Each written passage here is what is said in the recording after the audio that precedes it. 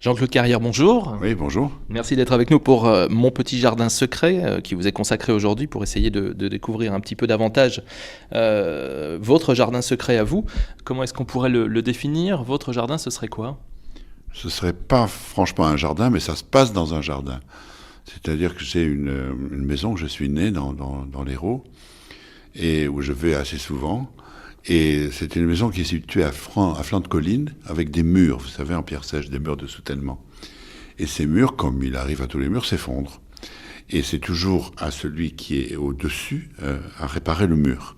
Donc je refais des murs, quoi. En réalité, c'est peut-être là le moment où je me sens le plus seul, le plus responsable de quelque chose à faire, parce qu'autrefois, dans les premières années de ma vie, mon père m'a appris à faire des murs, mais ça ne se fait pas n'importe comment.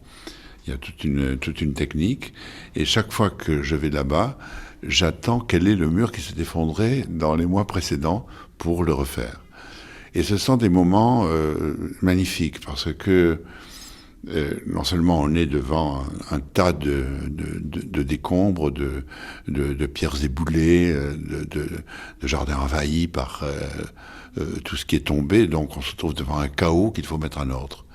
Il y a quelque chose dedans comme un tout petit pansement qu'on apporte à la surface de la terre, minuscule, qui n'a guère d'importance pour les voisins, pour le village, mais un peu d'importance pour soi.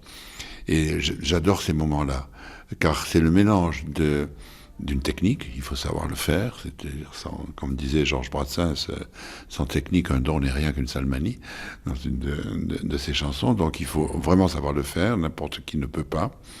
Et en même temps, c'est pas un chef-d'œuvre, hein, c'est pas quelque chose de très très compliqué, mais surtout c'est un bienfait, c'est-à-dire qu'il est difficile de voir dans ce geste quelque chose de mal, quelque chose de dangereux pour qui que ce soit.